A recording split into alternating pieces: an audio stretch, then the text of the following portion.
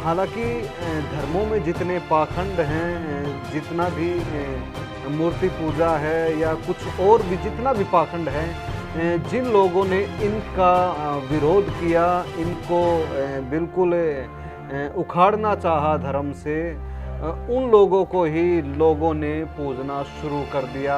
आज जैसे बुद्ध को या कबीर को पूज रहे हैं, कल को क्या कहीं कहीं अंबेडकर को भी पूजते नज़र आते हैं। हालांकि उनका जो विचार था उसके वो बिल्कुल भी पास नहीं है। विचार अगर समझा होता तो ये दिन देखने ही न पड़ते।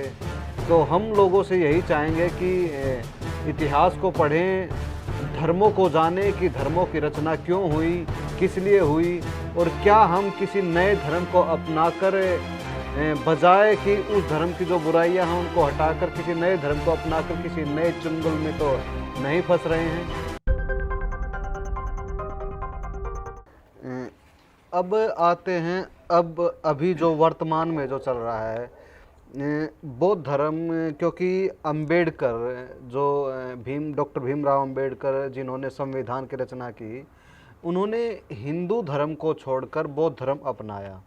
इसी कारण बहुत से लोग, खासकर एक खास कम्युनिटी उत्तर भारत में भी और मतलब पूरे भारत में एक खास कम्युनिटी भी, मतलब वो बौद्ध धर्म को कहते हैं कि हम बौद्ध धर्म को अपनाते हैं और उसको मतलब मानते हैं, उसका पालन करते हैं। बौद्ध धर्म उसके मतलब एक तरह से बुद्ध की पूजा करने लग जाते हैं।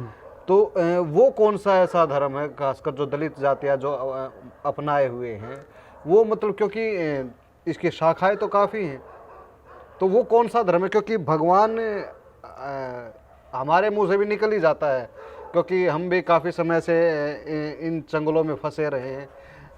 जो बुद्ध खुद में एक नास्तिक मानते थे अपने आप को, ईश्वरवाद को नकारते थे, तो वो जो बुद्ध गौतम बुद्ध हैं उनको भगवान बना डाला। तो वो उत्तर भारत में वो कौन सी शाखा है वो उस बुद्ध की जो मान रहे हैं, दलित वर्ग जो मान रहा है?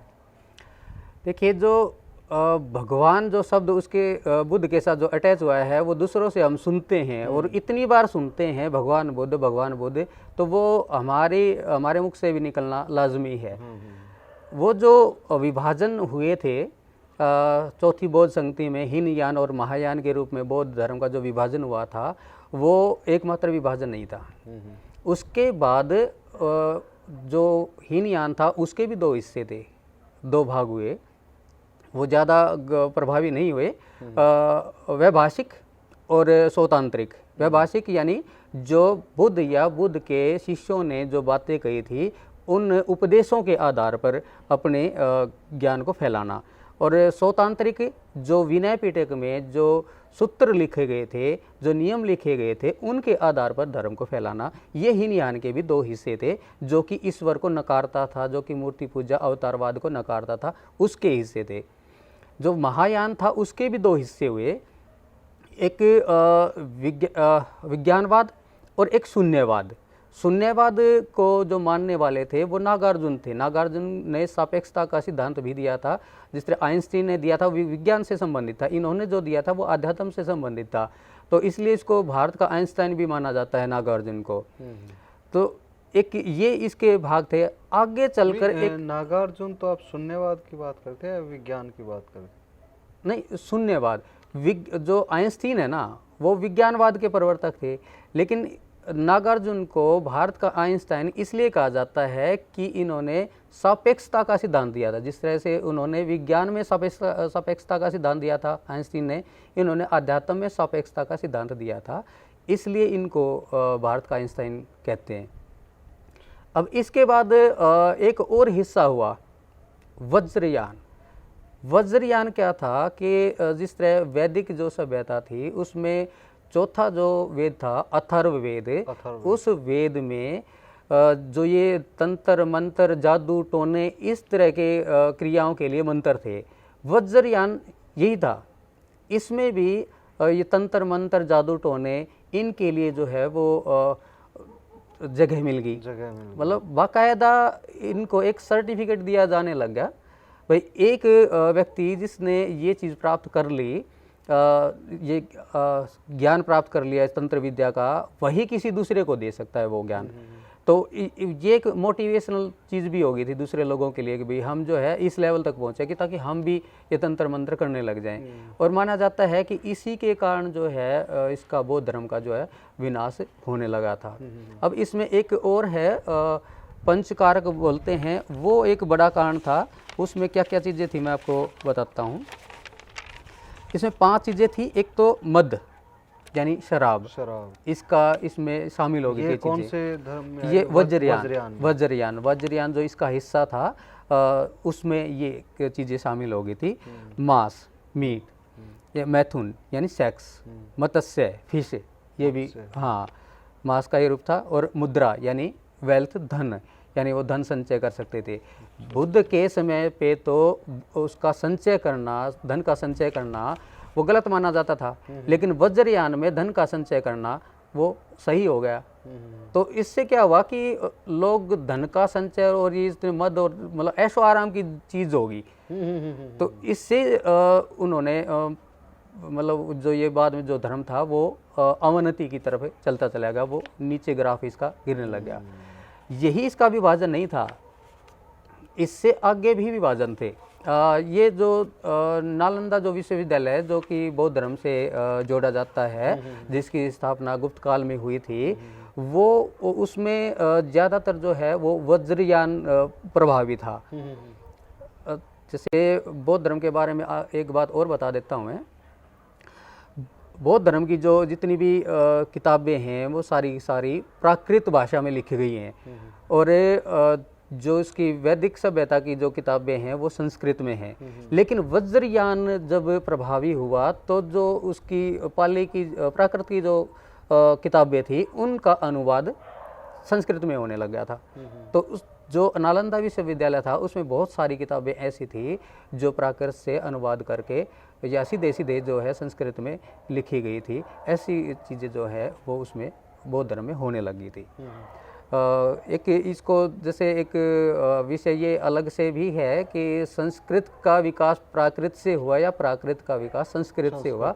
इस बारे में भी डॉक्टर राजेंद्र प्रसाद सिंह जो है वो काफ़ी अच्छा बताते हैं। ये अलग विषय है। ये अलग विषय। हाँ, तो इस जो बौद्ध धर्म का जो केंद्र माना जाता है नालंदा को, उसमें वज्रयान की पढ़ाई ही ज़्यादा होती थी। उसके बाद 2 हिस्से और हुए। एक तो चक्रायन, जिसमें काल चक्र को काल चक्रायन भी बोलते हैं उस शाखा को, जिसमें काल चक्र को देवता का रूप दिया गया। इससे पहले भी देवता का रूप दिया गया था, जैसे बोधिस्थ माना गया था। इसमें महायान में 6 बोधिस्त्व माने गए हैं। उनमें से जैसे दलाई लामा हैं, उनमें से ये एक के अवतार माने जाते हैं। हाँ, इसमें भी फिर इसमें भी अवतार 6 अवतारवाद माने गए हैं। उसमें से जो मैत्रेय अवतार है ना वो अभी आना बाकी है। 5 अवतार हो चुके हैं। अच्छा, और दलाई लामा 5वें हैं ना? दलाई लामा नहीं है, अवलोकितेश्वर जो बोधिस्थ हैं, अवतार माने जाते बोधिस्थ यानी अवतार, जो एक अवलोकितेश्वर बोधिस्थ हैं उनके अवतार ये दलाई लामा है, उनका प्रतिनिधित्व करते हैं, ये मान लीजिए। और बुद्ध के जो अवतार है, ये बोधिस्थ जो है ना, उनको माना जाता है कि गौतम बुद्ध के अवतार हैं। तो गौतम बुद्ध के जो 6ठे अवतार होने हैं मैत्रेय, उनका अभी जन्म नहीं हुआ है, वो आगे होंगे। जिस तरह जो वैदिक धर्म है, आपके घर भी हो सकते हैं, मेरे किसी के घर भी हो सकते हैं। अच्छा, कमाल है। अच्छा, जो मेन बात थी, एक भाग और रह गया। एक और आया सहजयान। जब जैसे हर धर्म में भक्ति धारा जैसे हर जगह पे हुई, गीत गाए जाने लगे भगवान के, तो उस समय पे एक सहजयान शाखा और निकली बौद्ध धर्म की, जो बंगाल में फैली और जिसमें ये गाए जाने लगे, गीत गाए जाने लगे भगवान की स्तुति में। बुद्धम शरणम गच्छामि, ये बुद्धम शरणम गच्छामि जो है वो तो बहुत पहले से है। अच्छा। ये तो बुद्ध के समय का है और ये उनका एक स्लोगन हुआ करता। बुद्धम शरणम गच्छामि का मतलब है बुद्ध की शरण में आओ। बुद्धम शरणम गच्छामि, संगम शरणम गच्छामि, चीज़ें हैं। तो बुद्ध का वो ये मतलब नहीं कि महात्मा गौतम बुद्ध हैं उसकी शरण में आओ ना, बुद्ध यानी जिसने ज्ञान प्राप्त कर लिया है उसके शरण में आओ, वो मतलब है। तो ये उस समय का स्लोगन है, अब का स्लोगन नहीं है। उस समय पे संघ हुआ करते, संघ यानी एक जगह हुआ करती। आरएसएस तो नहीं हुआ करता। ना आरएसएस वाला संघ ये नहीं है, वो संघ एक विद्यालय की तरह होता था जहाँ पे इसकी शिक्षा दी जाती थी। आरएसएस भी तो एक विद्यालय ही है। वो अलग है, ये अलग है। अच्छा अच्छा। ये हो सकता है नाम वहीं से लिया हो। बहुत सारे जैसे बताते हैं कि प्राकृत से बहुत सारे शब्द जो है उसमें संस्कृत में आए हैं, और संस्कृत का प्राकृत में कोई भी मतलब हाँ, संघ एक समूह। हाँ, बीच में एक लाइन में जोड़ना चाहूँगा, जैसे जो उन्होंने तर्क दिया है ना, भाई संस्कृत से पहले प्राकृत आई। आमतौर पर जो पढ़ाया जाता है वो ये पढ़ाया जाता है कि संस्कृत पहले आई, उसके बाद प्राकृत आई, उसके बाद अपभ्रंश, फिर हिंदी का विकास हुआ। लेकिन जो वो बताते हैं राजेंद्र प्रसाद जो डॉक्टर हैं, वो बताते हैं कि कोई भी शब्द संस्कृत का प्राकृत में नहीं है। जैसे हिंदी में है तत्सम शब्द हैं, तत्सम यानी जो संस्कृत से यूं का यूं ले लिए गए। तो इसी तरह से कोई शब्द जो है उसमें प्राकृत में संस्कृत का नहीं लिया गया, जबकि संस्कृत में प्राकृत के वो शब्द हैं। हो सकता है संघ जो है प्राकृत भाषा से उसमें आया हो, और उससे जो है अब ये लेके संघ जो है वो बनाया। हाँ। तो जो खासकर जो दलित वर्ग जो मानता है वो बौद्ध धर्म तो अपनाता नहीं, जो भिक्षा मांगते हैं और जो बिल्कुल एक कपड़े में रहते हैं, वो घरों में रहकर एक मूर्ति रख के वो उसको मान रहे, तो वो कौन सा धर्म है?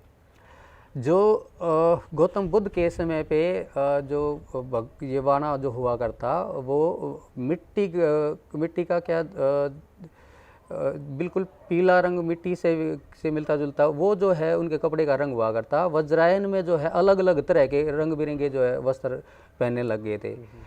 तो उस समय पे जो धर्म था गौतम बुद्ध के समय पे, वो ईश्वर को ना मानने वाला, और अवतारवाद है उसको ना मानने वाला, मूर्ति पूजा को ना मानने वाला, किसी भी प्रकार के पाखंड को ना मानने वाला था। और अब जो फैला हुआ है वो, जैसे बौद्ध धर्म जो फैला है वो दो तरह से फैला है। एक तो हीनयान के रूप में फैला है दक्षिण, जैसे भारत की अगर बात की जाए, भारत के जो दक्षिण में देश आते हैं जैसे श्रीलंका है, और पूर्व में जो देश आते हैं जैसे म्यांमार है, थाईलैंड है, इनमें जो फैला है। और एक पश्चिमोत्तर देश जो है उनमें फैला है, जैसे जापान है, चीन है, थाईलैंड है, वियतनाम है, इनमें जो फैला है वो महायान की शाखा है। अब भारत के भी मध्य से लेकर जो उत्तर भारत है उसमें महायान है, और जो दक्षिणी भारत है उसमें हीनयान है। आज के समय पे हीनयान के जो केंद्र हैं वो बहुत ही कम है। अब ये जो दलित लोग जो है वो बहुत ज़्यादा संख्या में बौद्ध धर्म को मानने लगे हैं। इसके कई कारण हैं, वो एक अलग विषय है, डिबेट का विषय है। जब ये बात है 1921 की जनगणना की, जिस टाइम पे पाकिस्तान और भारत एक ही हुआ करते, उस समय पे जो बौद्ध धर्म के जो लोग थे उनकी संख्या थी 3.66%। 2011 की जो जनसंख्या है उसके अनुसार बौद्ध धर्म की जो संख्या है वो है मात्र 0.7%। मीन्स वो बौद्ध धर्म के जो अनुयायी हैं वो कम हुए हैं। इस बीच अंबेडकर ने भी, डॉक्टर अंबेडकर ने, उन्होंने भी बौद्ध धर्म को अपनाया था। तो 5 लाख उनके अनुयायी उन्होंने एक साथ जो है बौद्ध धर्म को अपनाया था, लेकिन उसके बावजूद भी उनकी संख्या कम हो गई। अब 2011 के बाद और अब जो 2021 में आनी है, जैसा मुझे लगता है कि बौद्ध धर्म के जो अनुयायी हैं उनकी संख्या बढ़ेगी, क्योंकि बहुत सारे दलित लोग हैं जिन्होंने बौद्ध धर्म की को जो है या तो नीचे अपना लिया है या ऊपर खुल के अपना लिया है। फिर एक तरह से अंबेडकर ने जो बौद्ध धर्म अपनाया तो जातियाँ तो उसमें भी रह गई।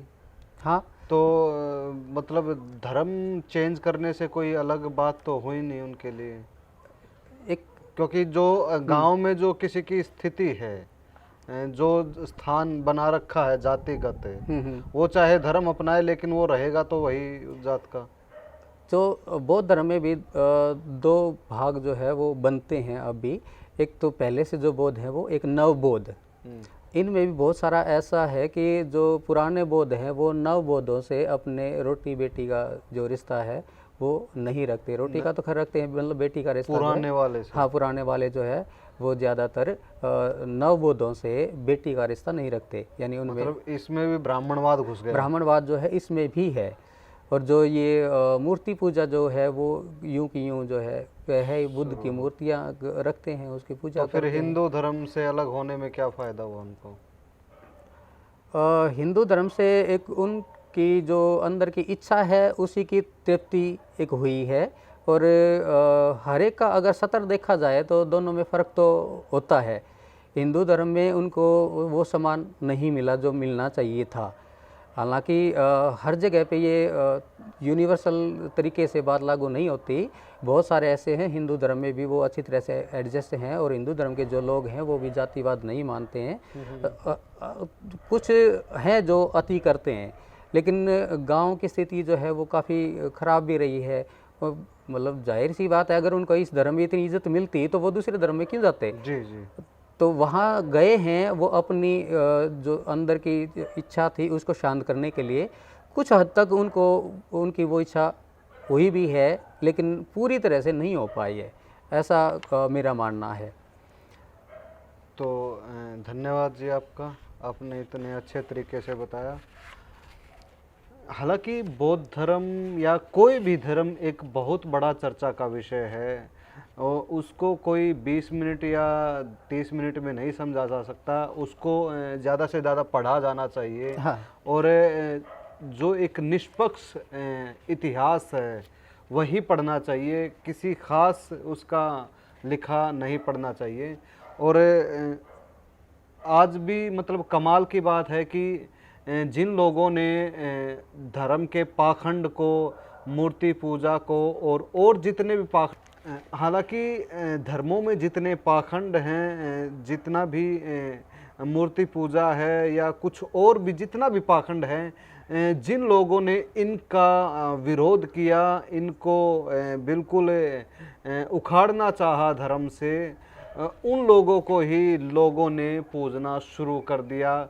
आज जैसे बुद्ध को या कबीर को पूज रहे हैं, कल को क्या कहीं कहीं अंबेडकर को भी पूजते नज़र आते हैं। हालांकि उनका जो विचार था उसके वो बिल्कुल भी पास नहीं है। विचार अगर समझा होता तो ये दिन देखने ही न पड़ते।